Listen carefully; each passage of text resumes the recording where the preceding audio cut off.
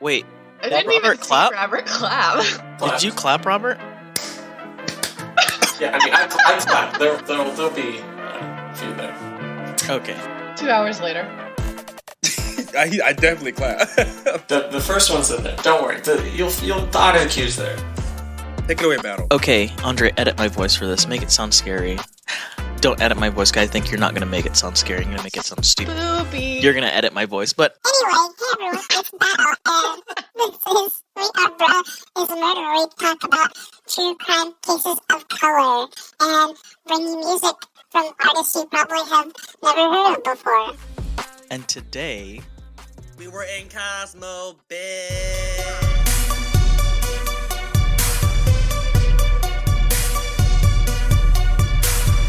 Rise to murder, bring your light to injustice, bring your light to the violence, no more silence.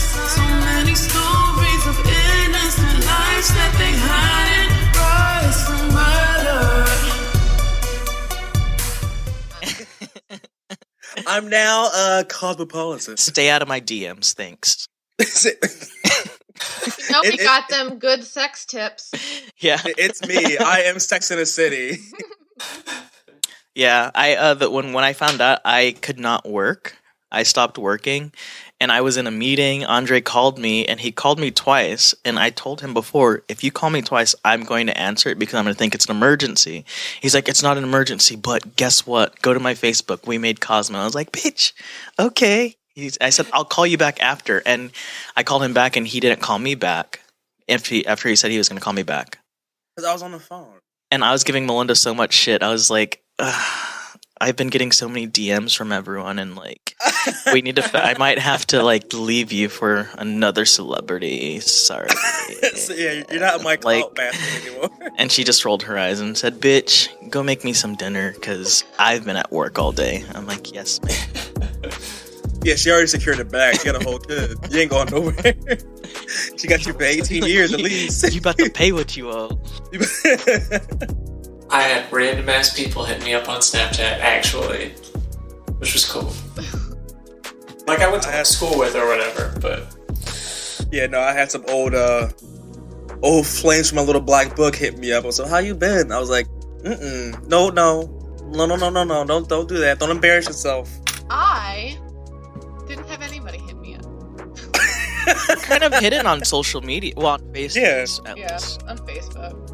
And but welcome to the spooky month, the spookiest of months, other than I don't know, what's another really scary month? Another scary month? April. Yeah. It's April. I was thinking April too. Why? I don't know why. Why is April scary? Oh, I think December. Yeah, because it's like dark and cold. And no, because the holidays and what we do around the holidays and how we pretend to like each other and then buy each other gifts, and the day after the holidays ends, we start to be crazy again and be like, this sounds like a person. What is this? What is this? This gift? Oh my gosh, I'm gonna return it. Why didn't I get a gift receipt? That's why I don't fucking buy presents. I am the Scrooge. Andre, did you read Friday Black? I It did. has some spooky holiday stuff in it too. We should have like a book club, honestly. Yeah. But anyway. Except who has time to read? Audiobooks, babe. Oh, fair. I love audio. Me and my ADHD, that's the gabagool right there. The glob of war. Gabagool. I'm 16% Italian, so I get it. Oh my gosh, stop. 6.3%. I'm like an eighth Native American. You know how much I hate when people say that? Yeah, okay. It's like first off, you're probably not. Okay. So yeah, this is spooky month, and we're gonna give you spooky content all month. Now, the episode before this was the witches one. Pretty sure that's gonna be out. What? No, you guys are. I did things out of order. I didn't put out that witches one for a minute, so I was gonna put it up before this one because I was like, oh, I never used this actually. It's just sitting in my drive. So right now, sorry, stand battle. I don't know what it is. We're like especially stupid today. It's the morning. Too early. But yeah, so all this month, well, the rest of the month, we're going to be doing serial killers. And this is our first episode. And so who wants to take it away first? Okay, I'll go. I'll go first. Okay, No, that's go not. ahead. Robert, going to go. No, Yeah, no, Robert, no. Go get- first, get Robert. that- Go It's first. cool.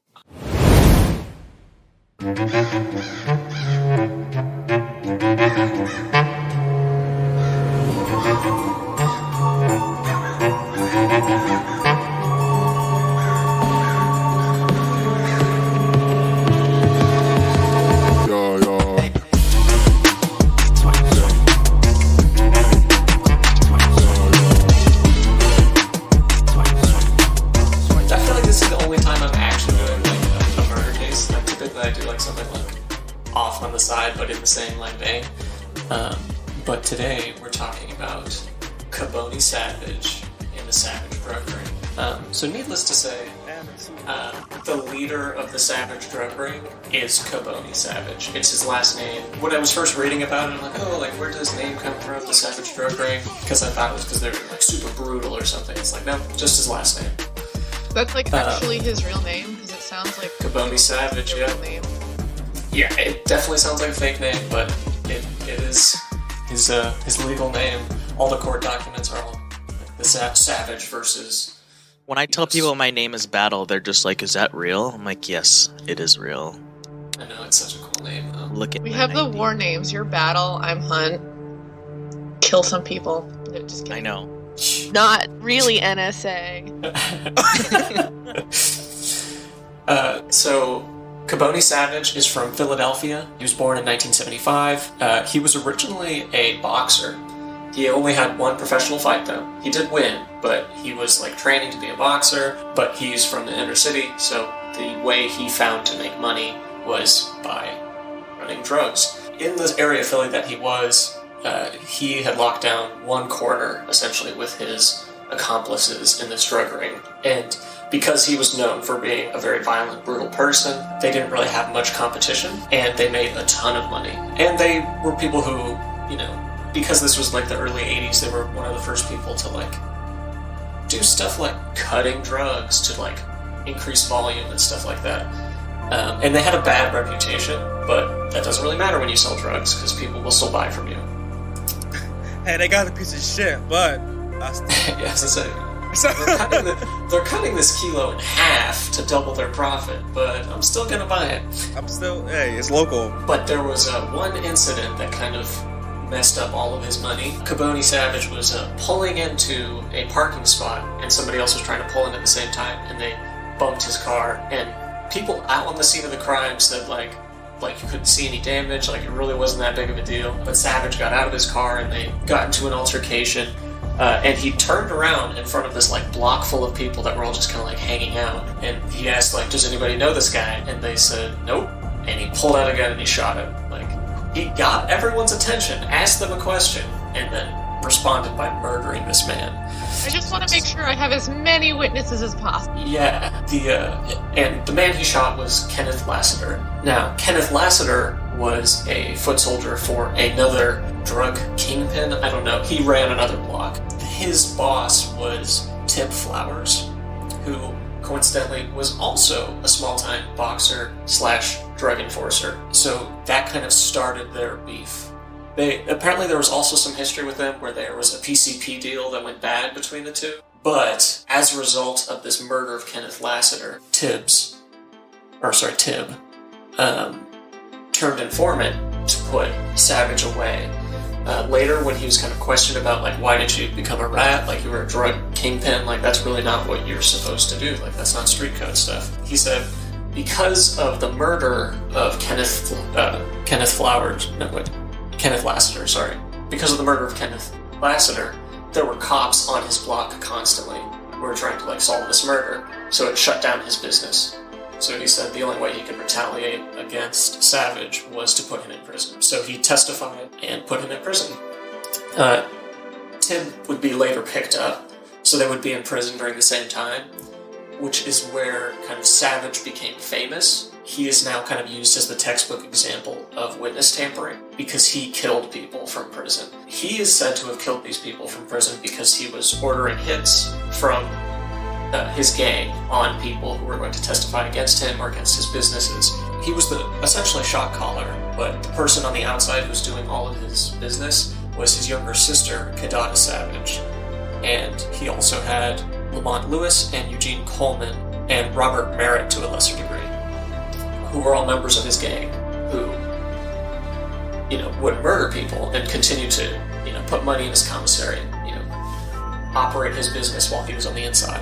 This kind of revenge he was trying to seek from Tib grew to the point that he ordered a firebombing on his family's house. His family? His family, yeah. And the firebombing was, I guess you could say, successful. It killed 6 people, 2 adults and 4 children, and all of this was conducted from inside the prison, through prison mail, through phone calls. And if you know anything about prison, all of those are monitored. So is there an inside cop or detention officer? Excuse me. So no, they eventually found out all of this. Like, they pulled the records and so he was orchestrating this so we can prove he did it. But I guess there was just no one listening at the time to warn these people or to stop it from happening. What? Which is very strange to me. Yes. By the time he went to court... You mean the cops weren't doing their jobs? Oh. Surprise. Ain't that about So Kenneth Savage would go up on charges for all of these murders. It ended up being 12 people, I believe, total. And also, when I was doing research for this, I started to think who is volunteering to be on that jury? We're charging this man for witness tampering and killing people. And you're gonna want me to convict this person? In the city that I live? That's horrifying. And I know he's got people on the outside, and it can't be that difficult to find someone off jury duty. He ended up getting 13 life sentences, and he was the first and only person to be sentenced to death in Philadelphia federal court. He's still awaiting his death sentence. The 2 men that were contracted to do the firebombing were also arrested. And if anyone is interested, you can go listen to the wiretaps from the prison phone. Ooh. Really? Some of them are a little, gross and sad. He talks about, wanting to physically hurt, very young children. Wow. Because he knew Flowers had children. So he talked about, I want to, beat one of them to death with a bat. Stuff like that. Jesus. So, if not for the faint of heart. But, Kenneth Savage, he's got 12 murders to his name, most of which happened while he was in prison, under his orders. Could you imagine having that much pull on people to where it's hey, I need this done, knowing that, that person that's in charge has 13 life sentences, which I don't understand. I don't understand sentencings or sentences to begin with that much. As far as, would one life sentence suffice? People that are listening, please actually come to my DMs and explain that to me, because I want to understand how does a life. Well, because it's 25 to life. So say if you get a life sentence and it's only 25 years, that's really, in the scheme of things, not that much. Survivable. Yeah, Well, and if they do any appeals, I think you could appeal specific crimes or something. Could you go? So if they don't do all of them, could you not have a life sentence with no possibility of an appeal or a parole? So does that always? It's your constitutional right for an appeal, but yeah, you can get it without parole. Okay. I see. Oh, that makes sense then. Why they have consecutive life sentences? Yeah. Yeah. But the thing though is, it's with some people, because I remember this one case where this guy got 256 years in prison. It's is it really justice if it's a term that they'll never actually serve? You know what I mean? Yeah.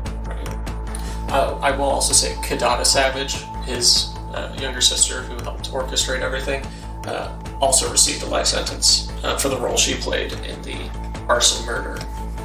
That's crazy.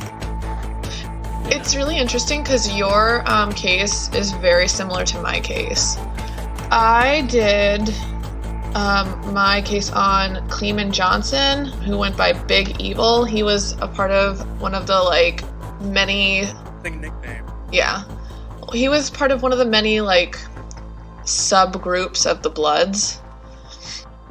And it was a lot of the same stuff where he orchestrated, like, 4 deaths while he was in prison, something like that, and then an attempted murder. And he was one of those people where, like, he would kill people and, like, get off because he was so good at, like, you know, intimidating witnesses and things like that. So, he was born October 15th, 1967 to Aileen and Cleman Johnson and had loving parents and 4 brothers, 2 half-siblings and 2 full brothers. He grew up in not a large, but a nice 3-bedroom home with a large porch on the 88th Street neighborhood of LA, and he was a Boy Scout. So, but despite growing up in a loving family, he grew up right in the middle of the burgeoning gang violence in LA, and the fighting became deadlier through, like, the 70s.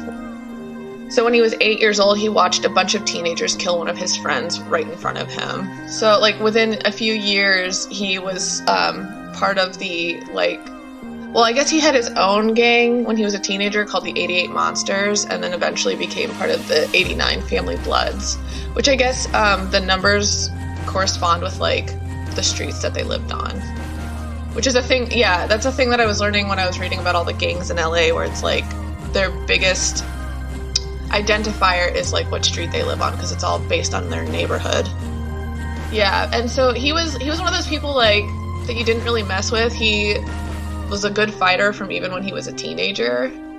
And by the time he was in his, like, late teens, early 20s, the 89 Family Bloods was considered one of the deadliest gangs in the city, especially considering how small they were. He was described by law enforcement as being more thoughtful than, like, other people who ran in gangs. So, like, most people are, like, very reactionary, like, you know, you shoot us, we shoot you.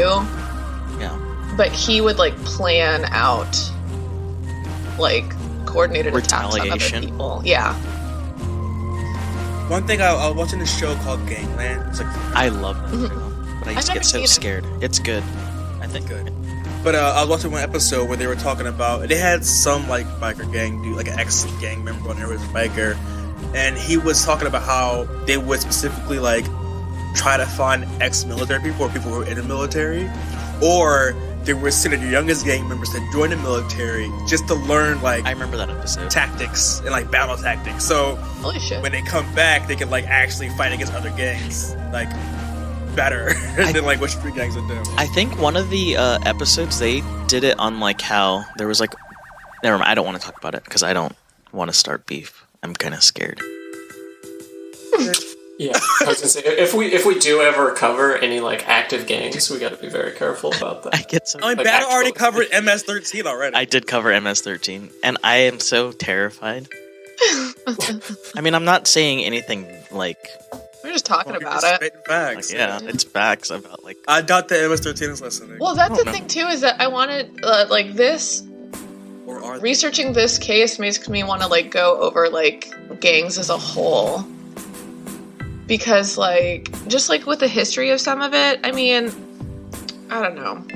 Because I know, like, in part, gangs were formed because they were protecting themselves and their communities, which were marginalized from the fucking police. Or, That's like, how MS-13 was. Yeah. I think it was, like, Salvadorian.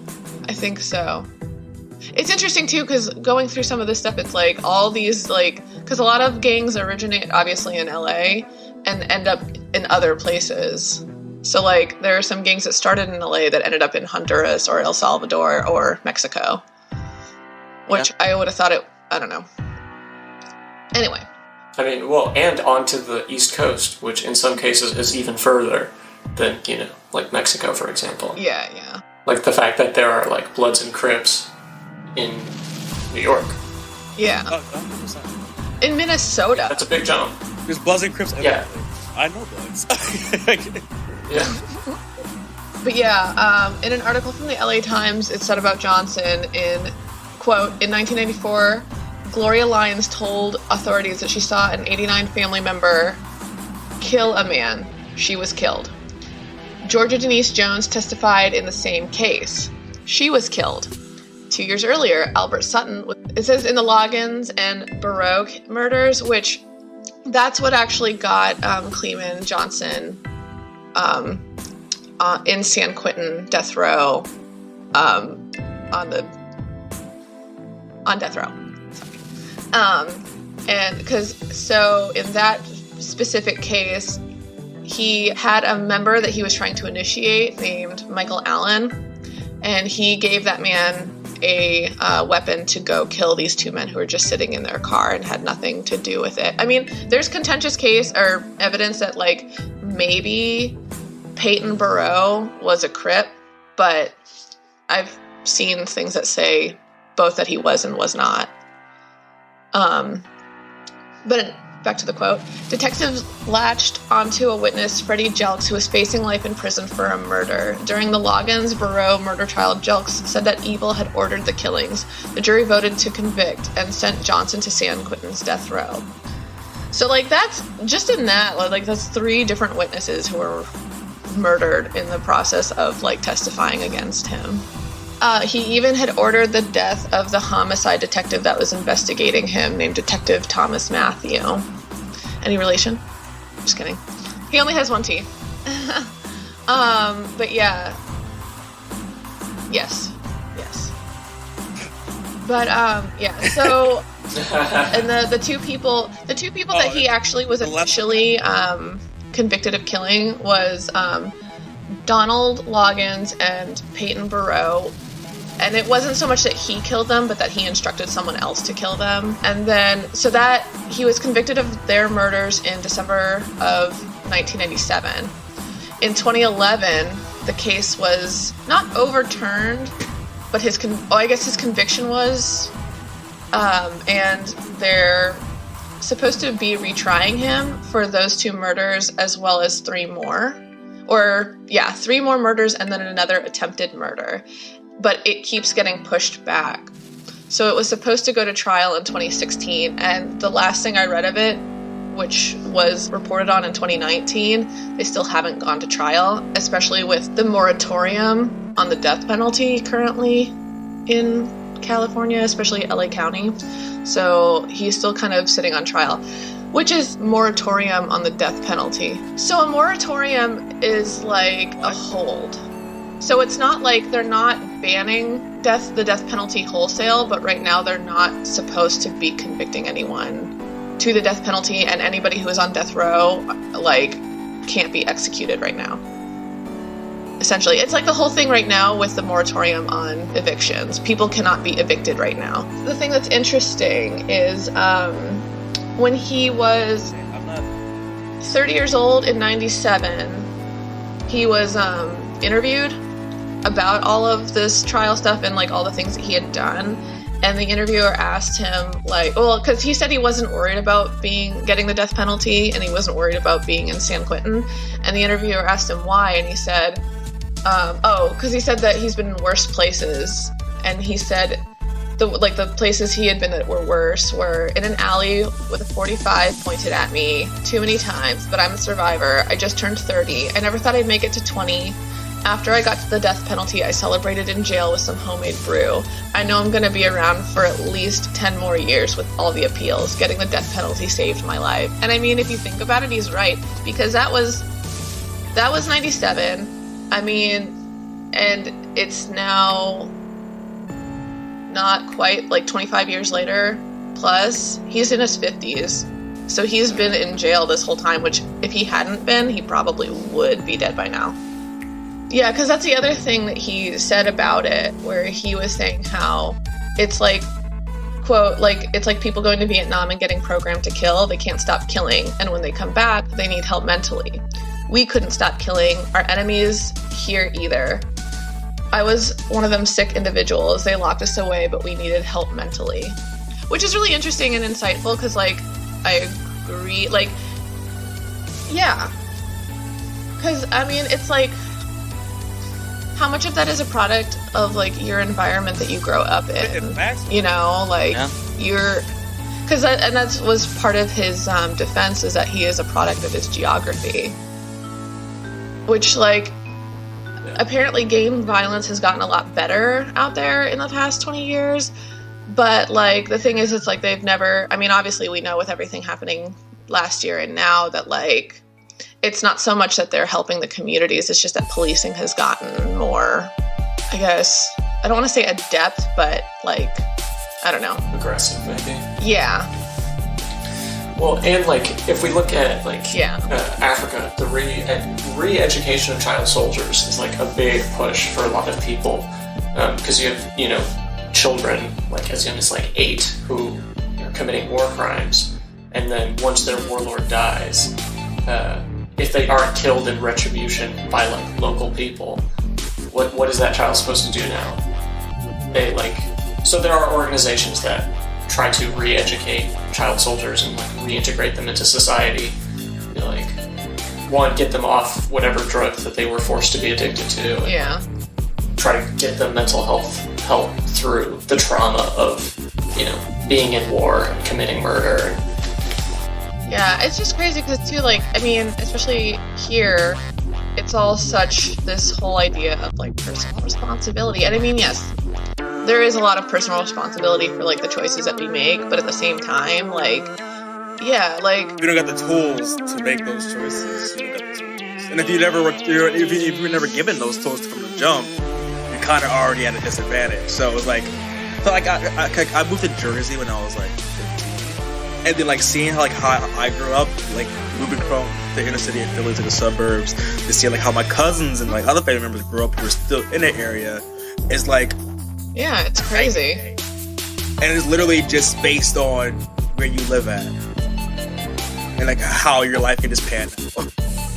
It's, privileged people not recognizing, saying like, oh, I would never make that decision, I would never make that choice.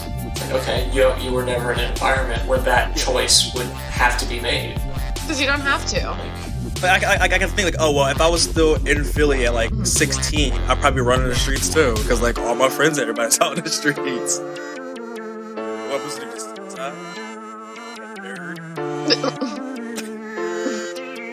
I'm the nerd. But yeah, it's just like, it's really interesting to like all the different factors that like come into things like this. Like the other thing that like another of the rabbit holes that I fell down when I was researching this is that there is this entire article about how one of the detectives that was investigating Johnson and is like had been working on the case like while he's been in jail for the prosecution, was quoted. He went like out. The detective went out with like other people in the district attorney's office, like to a bar or a restaurant or whatever, and he said something to the effect of like, sorry, let me find it real quick. Okay, sorry. He said something to the effect of, I was out there with those N-words. They call themselves that. And the other people sitting there were like, whoa. Hey. And it took them a long time too, because of course, but eventually the prosecutor did report that incident. And so it had to be a hard R or like a soft. Oh, it was a hard R. Oof. Yeah. Full mask off. Yeah, so he put that in as part of the case because I guess it's supposed to establish essentially that the government officials are not necessarily reliable or good witnesses. Yeah, that biases exist and that exactly. Which kills me because there are multiple times where the district attorney's office defends what he said. As far as it says here, quote, a prosecutor with the unit at the time concluded that McCartan had been referring specifically to gang members and that the use of the slur taken in proper context does not provide circumstantial evidence that he is biased against African Americans. I beg the fuck. Make it make sense. Yeah, like, it's just, yeah. And then they tried to say, well, he's not racist against all black people. He's just racist against gang members. At least that was my interpretation of it. Well, you're going to be overseeing cases involving gang members who may be innocent. Mm-hmm. This is nothing. So... Yeah, he was, he did leave the force, but he left with a 6-figure payout and a pension. Nice. Hate to see it. Well, I'm glad the guy's on death row, though. At least, I'm glad that he has life sentence. Or death row, yeah. That he's not continuing to... Well, again, witnesses. they still have to retry him. So, like, I don't know how it will turn out. I feel like with the way California is going, they might get rid of the death penalty. I don't know. That's just my guess. But it obviously is not going to happen anytime soon, so. Well, I mean, if there's any way to, like, leverage him as a resource to, like, stop children from joining gangs. Yeah, like, make him fucking motivational speaker or some shit. And on that note, we're going to take a small break.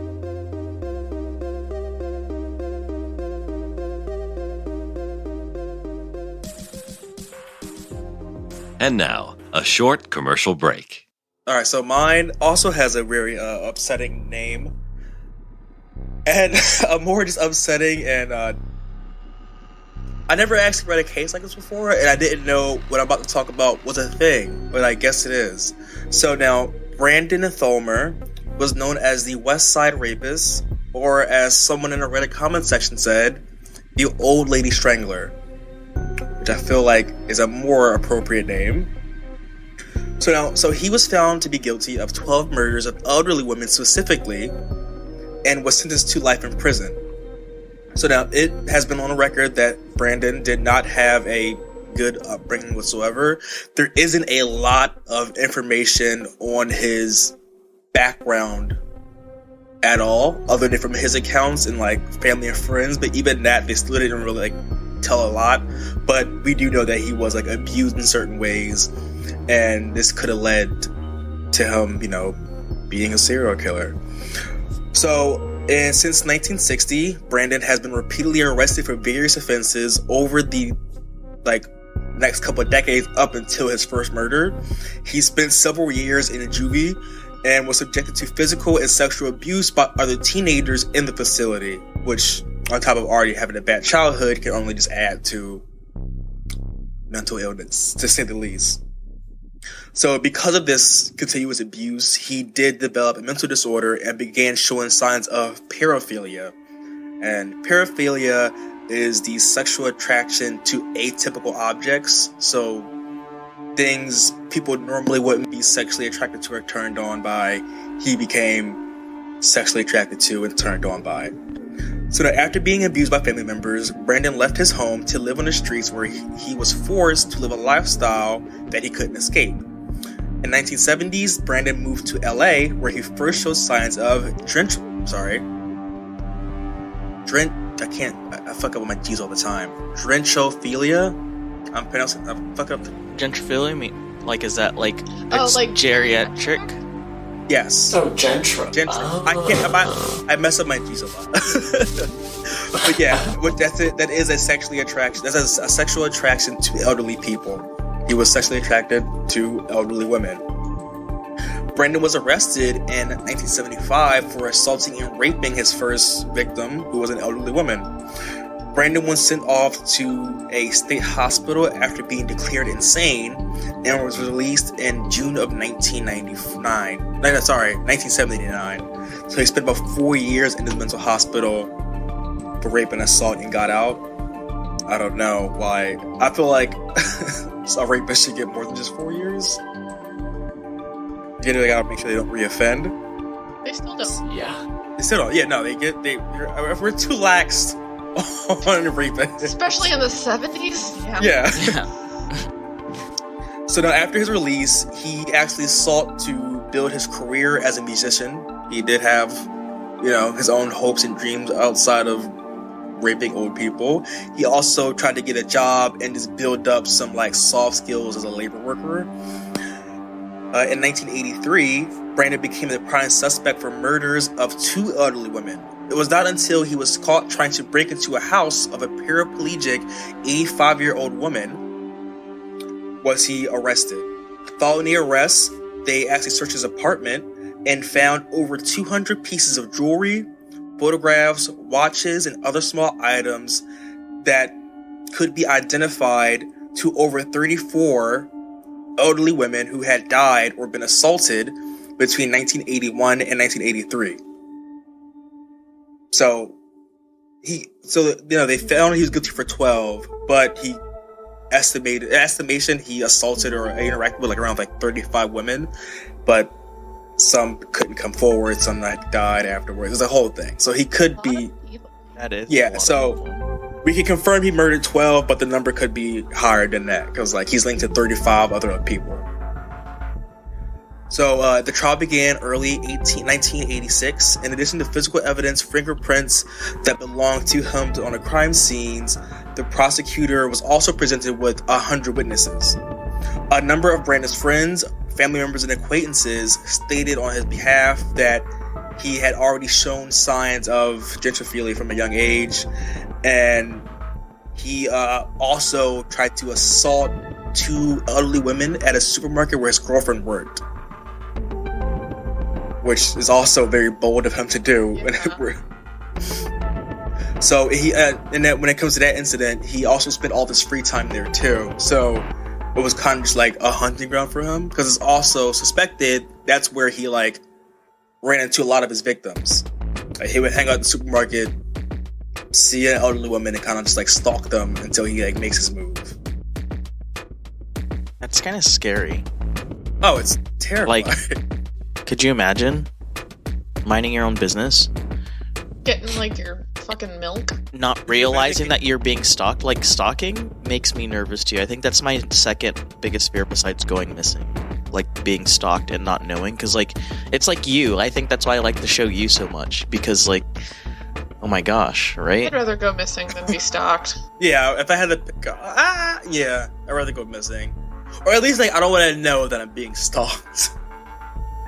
Yeah. So now, to continue, some of them also told the court that he periodically would find temporary work in the evenings or nights that would the jobs that he had also coalesced where the victims were in their locations. So he would stalk to the point to where as though he would actually work near where his victims were staying or were at, just to be closer to them to Surprised he didn't work in hospice. Right? Yeah. Oh, yeah. That would have been bad. So now Brandon himself couldn't explain why he had this attraction to elderly women. He couldn't explain why he did it. He couldn't give an alibi, and he couldn't give any type of defense for himself. So ultimately, in July 1986, Brandon was convicted of all charges brought against him. In July of 1986, he was charged and sentenced to life in prison. And he wasn't going to get death at first, but his defense attorney emphasized that his life and his upbringing really led him down this path, and he's basically a victim of circumstances and of his own mental illness, and that's what helped stay him from death penalty into getting several life convictions consecutively without parole. He is still alive now at 71. He was moved from his initial prison to a hospital due to severe medical issues. Yeah, he's still well and alive and just hanging out at 71. No one's ever tried to interview and talk to him since. So yeah, that is. And he's not going for any appeals, just waiting out the clock. Waiting out the clock. Huh. Well, I mean, I'm glad he's off the street. Yeah. Stalking. Because during the trial, and again, even with the trial, there wasn't a lot of information out there on it, but from all I could see, he really just didn't have any type of... He didn't even try to make an excuse. He's kind of just you got me.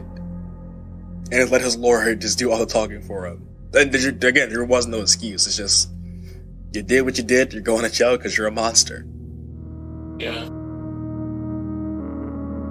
Yeah, that was my case on the old lady strangler from a Reddit post I saw. I don't like the idea of people looking at other people as prey. I mean, I get it. It happens all the time, but like... I think that's like the majority of the... I was gonna say, even just like in the casual, like when people are like going out to meet up with people or like trying to hook up with people at like bars and stuff, like the way they talk about like hooking up is always just like a little off. Oh yeah, it's like the whole like pickup artist. Oh, I want her. Oh yeah. If you go on YouTube and just watch pickup artist videos, they can be really funny if you're drunk enough. Because like, damn, people really are down bad. Like, bro, just talk to somebody. I get it, it's rough, but don't listen to these assholes. There's no like magic little hand wavy trick that'll just convince people that you're attractive. There ain't. If you're mean to a pretty girl, then she'll want to have sex with you. You gotta stand by ABB. Always be berating. Yeah. It's the golden rules. But go ahead, Battle. Take it away. Yeah, don't be stalkers, people. But anyway, it's me, Battle, if you didn't know. I think everyone knew. Thank you. Yeah. Lawrence. Oh, that's a terrible name. I hate my first name. So, I am talking about the Tacoma Axe Killer. I like that they all had names.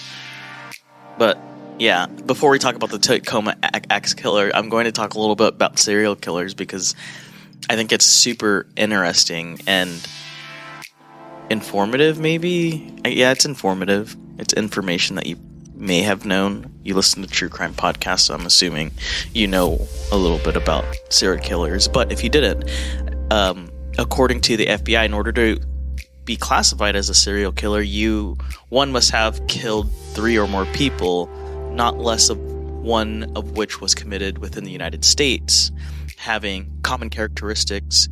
So they happen, well, here in the United States. Only serial killers are here. We're talking about here in, like, the United States. So, I'm not that dumb, I promise. I am, but I read it so many times. So, they also have common characteristics such as to suggest the reasonable possibilities that these crimes are connected by the same actor or actors, so the same person or group of people. And if you think about the different serial killers that we've talked about on the podcast or from other places, this would stand true.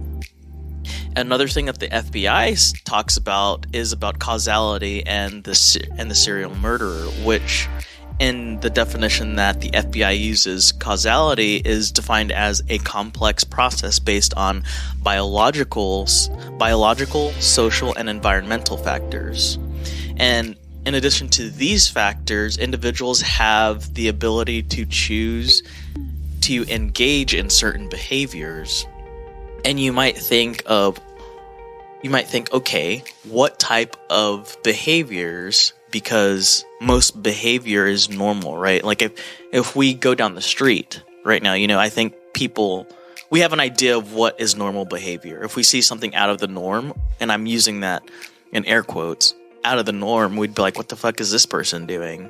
Or why is this person acting this way? Think about it. Like, we go every single day walking around and we don't bat an eye about what's happening around us because we view certain things as normal behavior. Unless someone pops... Or, like me, mind your business. I do understand, though, because defining normal is very subjective, and normal to me, or just like Andre said, mind your business, normal to Andre is not normal to everyone. But I just think there are some inalienable human normalcy that we experience. We can kind of distinguish what's normal and not. Right. Well, and like the community you're growing up in defines those things. So like those, like that one kid who doesn't fit in with their local community is going to be branded as weird for some reason. Right. Whatever it ends up being. Right. Mm-hmm. Because some things are wrong or some things are right and wrong. However, we don't all see it this way depending on where or how you're raised. So this idea behind causality in the serial murderer or serial killer, we have these kinds of questions like, what makes a person become a serial killer? And this goes back to causality, meaning their upbringing, biological factors, and the choices that they make throughout their lives that form them into being a serial killer or serial murderer. And this is a really dense discussion, I get it, and we could continue this on a different day. I really like the idea of doing something on serial killers, even though there's a lot of information and there's a lot of documentaries that have talked about it. It's just very interesting about serial killers. So yeah, I think we should do that. Kind of go into, because I was talking about how the difference between my case and Robert's case. These people killed more than 3 people, but they wouldn't be classified as serial killers. You know what I mean? Yeah. Probably not. Right, because it's they didn't physically do the act. That's why they say it's by the same. That's why the FBI uses it as the same actor or actors, because it kind of lumps people in depending on how it's done, how I think, are done. And motivation makes a difference too, because these people are killing people in retaliation or because of circumstance, whereas I feel like serial killers kill people just because they enjoy it. Yeah, just different. And they had the opportunity if we to do it. If we think of the Iceman, he was a mob hitman who was also a serial killer, but because he had killings outside of his role as a hitman, he suddenly becomes a serial killer. I don't know if all hitmen would fall into that category. I don't know. Yeah, I would say they serial would. Killer or not. I don't Maybe know. move more of a mass murderer type thing. Well, it's kill for hire. Well, but that's still a reason to kill, right? Kill for hire. But okay, we got to get back to the case. I don't know. Wait, let's talk. We'll have to get a secure that bag. Yeah, I would love to have a discussion. Maybe this could be a live stream that we do, because I like this conversation. Philosophize. Yeah. So, my case with the axe killer, the Tacoma axe killer, one thing I did find interesting about this case was that the Tacoma axe killer actually changed how criminologists thought of serial killers and how they chose their victims, because throughout different studies of crime, especially surrounding serial killers tend to stay within their own race. And I was reading on crimemuseum.org that the serial killer's first victim is often a sex worker or a homeless person because of their status, and that's what their argument is. The status is one, I think we need to normalize sex workers because it's sex. People have sex. Mm-hmm. I think that I don't think that they should be looked at lesser people. Same thing with homeless people who are homeless. They should not be looked at as lesser people, individuals. But this is how society looks at people.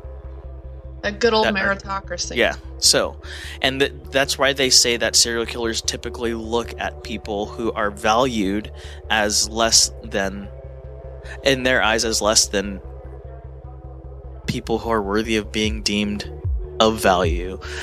So, the Tacoma axe killer, however, defied of what we thought of as a serial killer, as he stalked and preyed upon white women in the 1940s. So, oh, wow. Yeah. So the Tacoma axe killer, whose real name is Jake Bird, was born in Louisiana December 14th in 1901, and during his early life, he faced a lot of adversity, which makes sense because he was a black man in early 1900s. It's the one thing that connects all these stories. Everyone has a horrible upbringing. Yes. And at the age of 19, he actually left his home. And he was considered a worker that never stayed in one place for too long. He liked to move around, and his work mostly consisted of working for the railroads, where he was able to make quick money for pretty tough labor and then move on to the next place wherever the railroad was going next.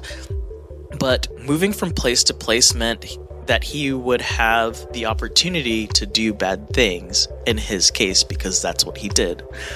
Throughout his life, he was in trouble with the law a lot, and it was estimated that he served roughly 15 years throughout his life in prison for various crimes like burglaries, attempted assault, and attempted murder. And it wasn't until October 30th, 1947 when he was finally apprehended and stopped. And so here's what happened. While he was looking for work, he stumbled across someone's house. That someone was named Bertha Clunt. Bertha had a 17-year-old daughter named Beverly June. So Jake decides to break into her house and finds her purse and steals $1.50, which in our time, that's about $16 or $17. Wait, what?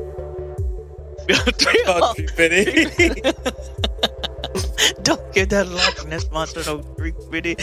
I hate all of you. Goddamn Loch Ness Monster. Excuse them, everyone. They do not know. Bless their hearts, right? No, I'm just kidding. That's terrible. Now I can't stop thinking about Isaac Hayes. I was thinking, don't get that Loch Ness Monster no $3.50. Well, you keep coming around.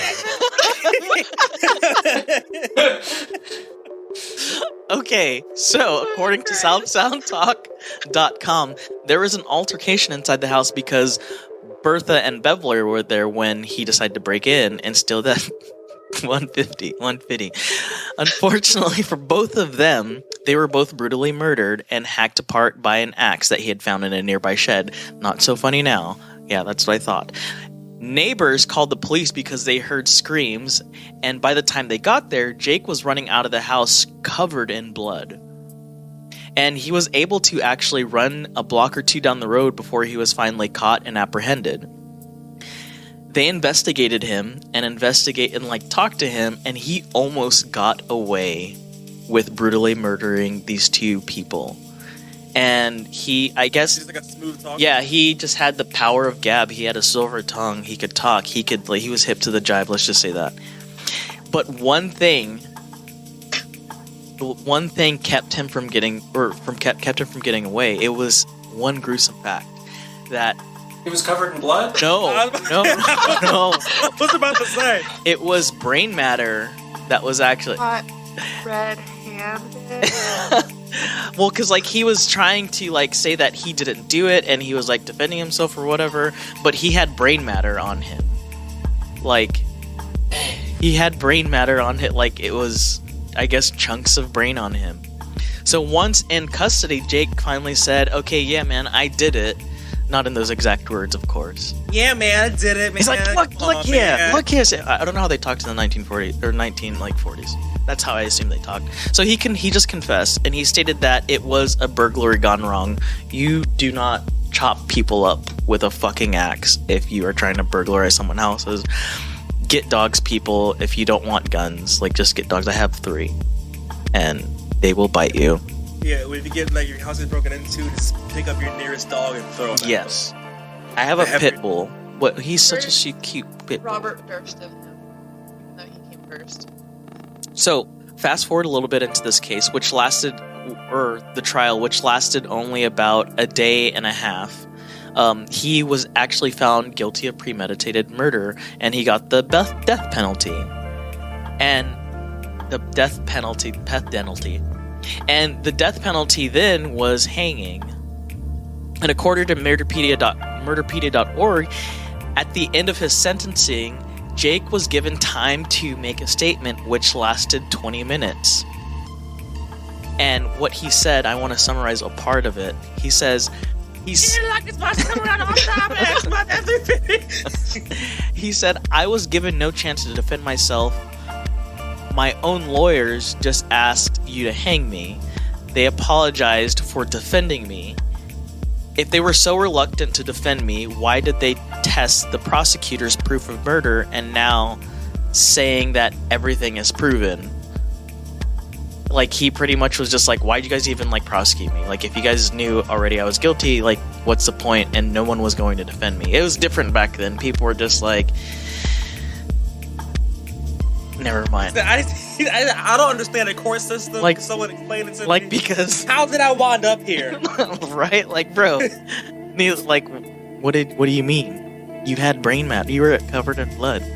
But explain to me why I had a lawyer if I already had brain on me. Yeah, that's the thing. I was like, I mean, yeah, but also, like, your lawyer is fucking apologizing for defending you. Like, I'm so sorry that I have to defend this guy. Like, listen, a check is a check.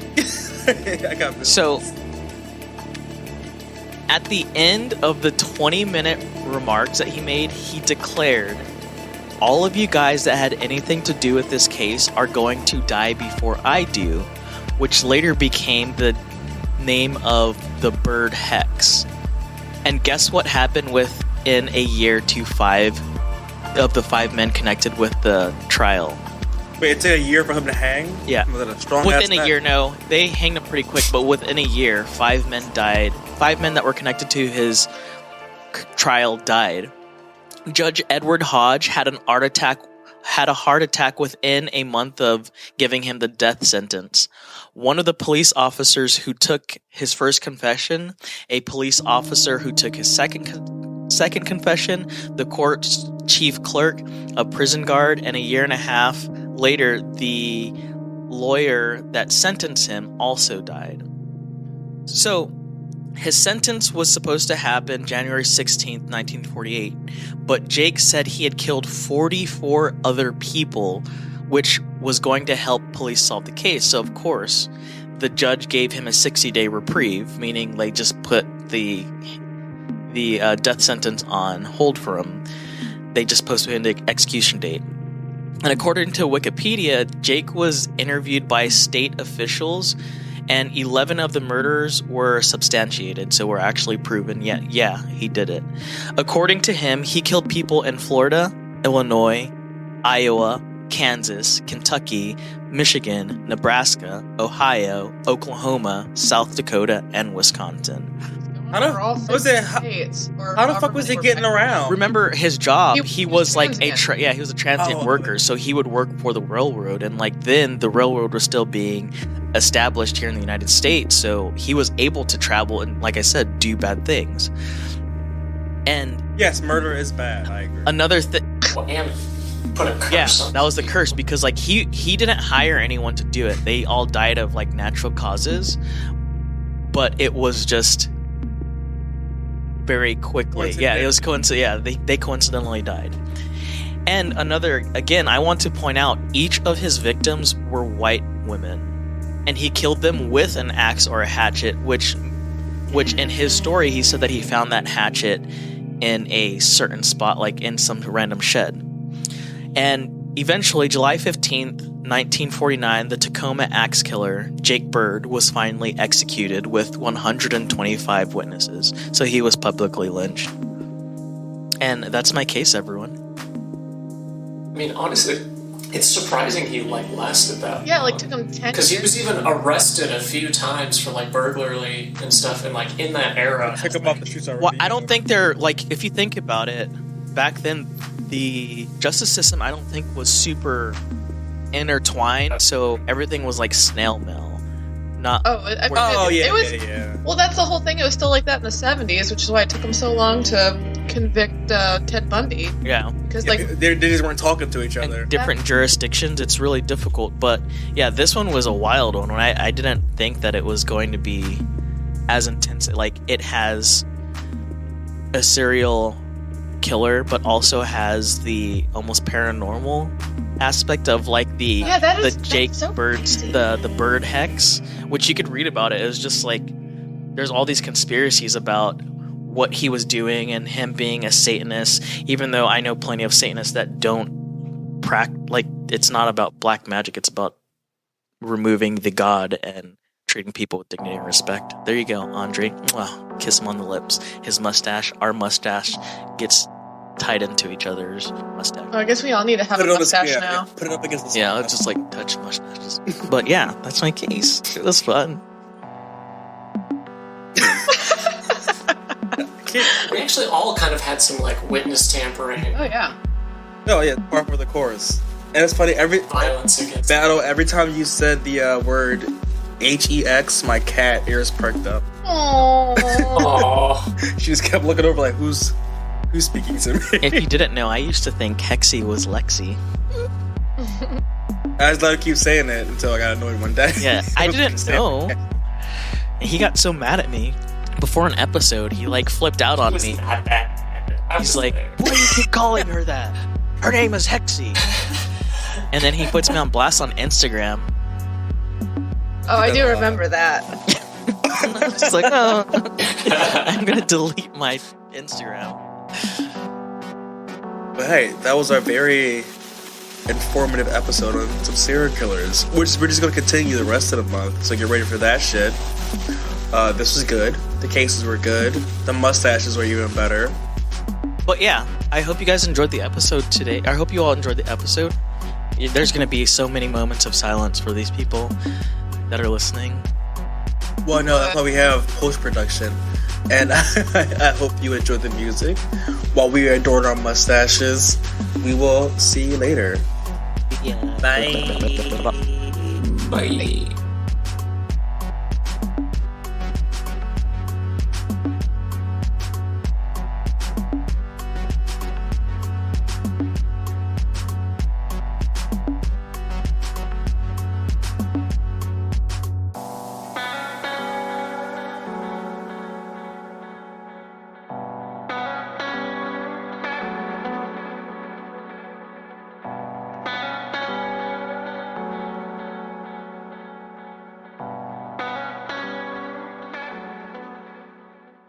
Time now for your latest weather forecast.